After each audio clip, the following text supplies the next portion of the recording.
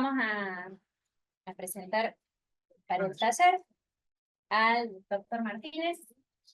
Él estudió en la Universidad Nacional de Córdoba, hizo la residencia de traumatología y ortopedia en el Hospital San Bernardo, donde fue jefe de residente, tiene su especialidad rendida en Tucumán, en la Universidad de la Universidad Nacional de Tucumán, subespecialista en cirugía artroscópica, trabaja como médico de planta del Hospital Papa Francisco y es médico de guardia del Hospital San Bernardo. Así que mira. Bueno, antes que nada, muchas gracias por la invitación, a la doctora de Hayat, a la doctora Mercado. Me pareció muy interesante la propuesta. Generalmente nosotros los traumatólogos llegamos cuando ya es tarde, el paciente ya está fracturado y tratamos de darle una solución a la estabilidad del hueso. Pero nuestra formación hasta ahí llega. Generalmente no tenemos capacitación en prevención. Generalmente llegamos cuando ya se produjo la fractura, nos dedicamos a pedir materiales, a operar y listo. Creo que desde el punto de vista traumatológico nos quedamos cortos y más teniendo en cuenta cómo es la dinámica demográfica actual, donde la cantidad de pacientes adultos mayores es cada vez mayor, donde los pacientes siguen siendo cada vez más activos. Eso por ahí los vuelve hasta incluso muy temerarios, hacen actividades que quizás ya no están en condiciones de realizar. Eh, Nosotros últimamente lo vemos mucho con el tema, por ejemplo, de caídas de bicicleta, gente muy adulta haciendo cosas por ahí temerarias, pero bueno, uno se tiene que ir adaptando y tiene que tratar de acompañar por ahí el avance. La charla o lo que es la parte práctica esta, vamos a presentar dos casos, dos pacientes que han sufrido fractura. La otra. Esto. En el primer caso se trata de un paciente de 92 años, mujer, 5 hijos, con un antecedente de caída de propia altura en su domicilio durante la noche y yendo al baño. Es un relato muy característico que lo vemos habitualmente. El paciente se levanta de noche, generalmente no prende las luces para no molestar, o las tomas de luces quedan lejos de donde está la cama, se patinan, se caen, hay un pequeño escalón, el paciente termina en el piso, fracturado, y si vive solo, lo encuentran al otro día. Eso es lo que generalmente relata. En el caso de este es un paciente con una fractura compleja de fémur distal y el mecanismo va a ser una caída de propia altura de muy baja energía.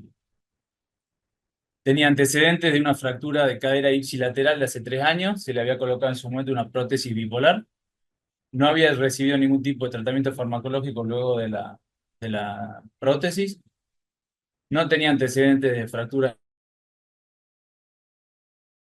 en la familia, no consumía corticoides, paciente hipotiroideo que tenía un tratamiento con levotiroxina de 50 miligramos día, hipertenso, tomó el enalapril de noche, baja exposición solar, ingesta escasa de lácteo y un paciente sedentario con una marcha disbásica con ayuda de bastón. Generalmente eso pasa después de las prótesis, una mala rehabilitación, una marcha con un glúteo medio deficiente y eso también hace que las caídas sean más frecuentes. Se le realiza una radiografía en la urgencia, donde ahí se ve que tiene su prótesis previa, y a distal una fractura compleja de fémur, supra intercondilia, multifragmentaria con minuta. Este caso lo elegí porque tenemos fotos de intraoperatorias y ahí se puede ver la calidad del hueso, que por ahí el médico que no entra al quirófano realmente no toma dimensión de lo que es un hueso osteoporótico. Ahí estamos viendo, perdón,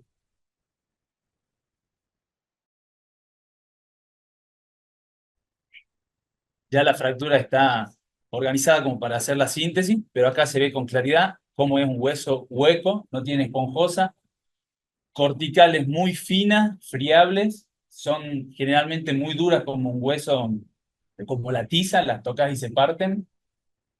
Cirugías muy complejas porque vos empezás quizás con 2 fragmentos y en el transcurso de la cirugía termina con 4 o 5. Quieres poner tornillos y no tienen agarre. Generalmente son muy cruentas porque uno tiene que hacer abordajes amplios, desperiostizar, se traumatiza el músculo. Son cirugías de rescate, porque como vieron es una fractura que involucra la articulación, y para que ese paciente pueda tener una mínima calidad de vida, que se pueda sentar, que pueda deambular, necesita estabilidad. En esta de acá vemos cómo se montan placas hacia lateral, pero el hueso frágil. Y en este caso, cómo termina la cirugía.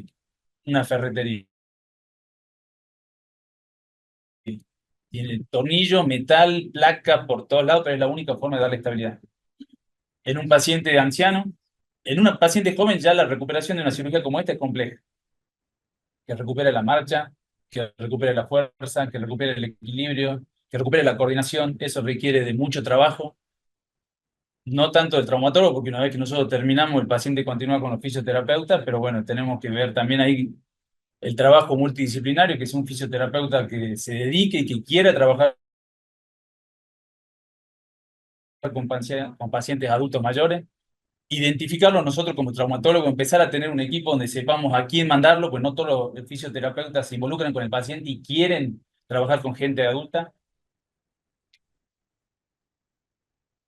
Y bueno, en este caso ya un paciente, como hablamos recién con una de las doctoras, en el cual nosotros llegamos tarde.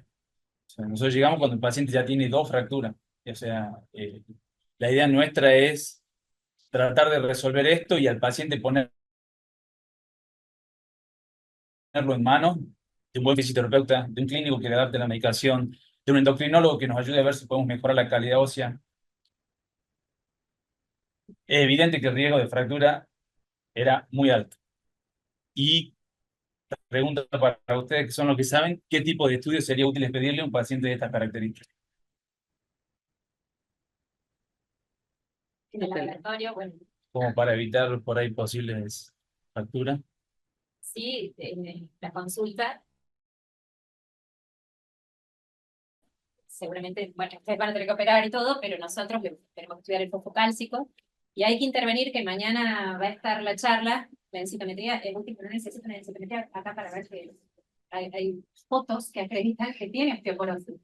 Entonces hay que hacer mínimamente un laboratorio fosfocálcico y hacer ya pensar en la intervención.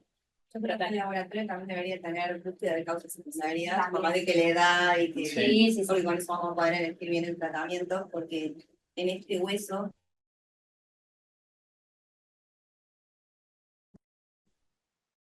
está muy tipo de droga anabólica, hay que tener hueso nuevo para que peguen todo lo que ustedes han puesto, creo que tiene mejor resultado.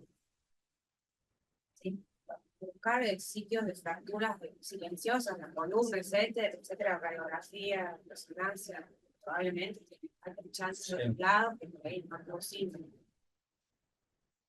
Bueno, vamos con el segundo caso. Un paciente hombre, 78 años, que consulta por dolor e impotencia funcional en el codo derecho, secundario a una caída de propia altura, mecanismo de baja energía. Este paciente tenía antecedente previo de una fractura en el húmero del mismo lado, ipsilateral, hace 4 meses. Estaba en pleno tratamiento de fisioterapia. No había recibido tratamiento farmacológico previo. No tiene antecedentes familiares de fractura ni corticoide. Hipertensión arterial poco adherente al tratamiento. Consumo de bebidas alcohólicas a diario. Exposición solar adecuada. Ingesta láctea niega y paciente sedentario. ¿Qué creen que sería importante preguntar, ya sea al paciente o familiares en este caso, como para ver qué otro tipo de riesgos tiene?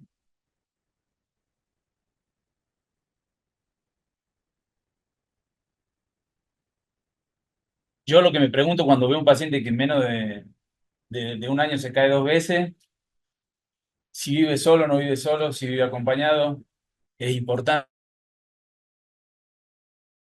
Un paciente de 78 años que tiene mucha ingesta alcohólica, probablemente viudo, vive solo. Habría que ver cómo es sus factores extrínsecos para tener una caída, cómo es su casa, cómo está preparada, si tiene escalera, no tiene escalera, si tiene piso, no tiene piso.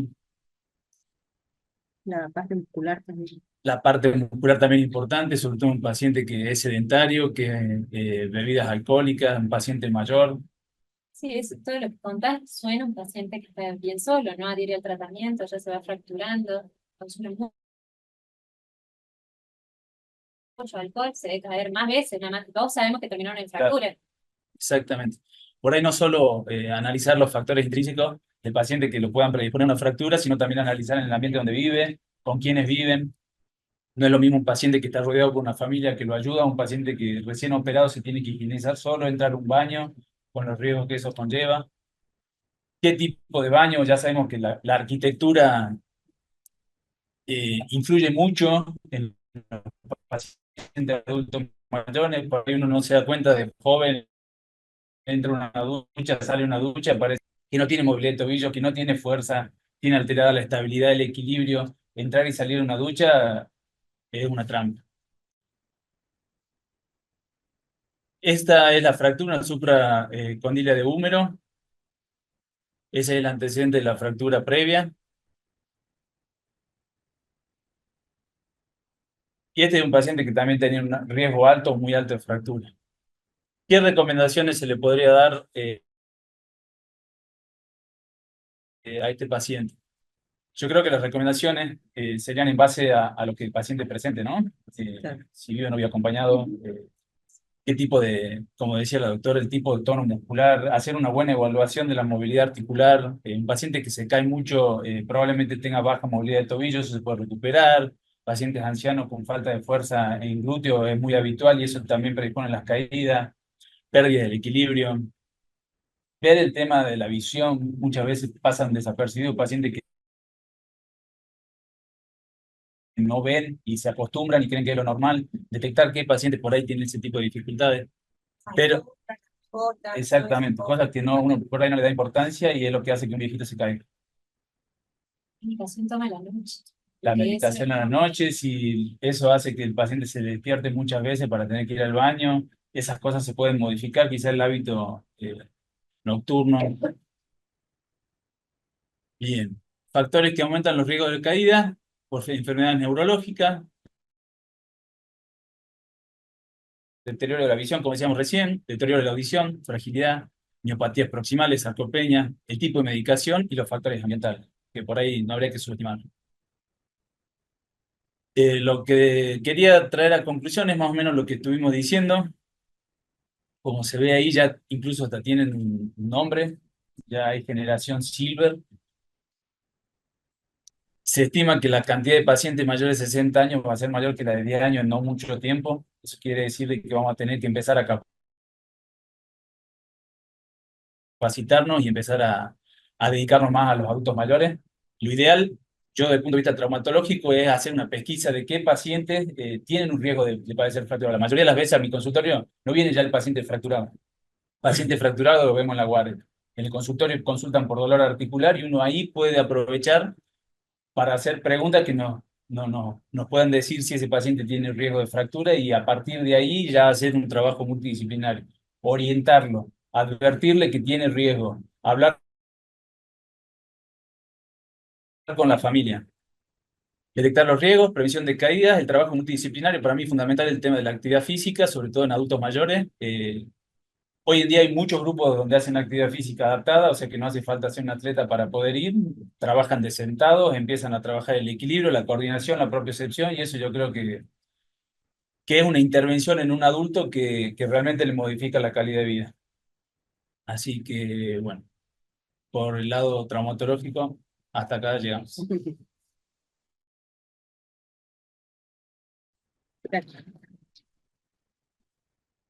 muy bueno. Práctica. Sí.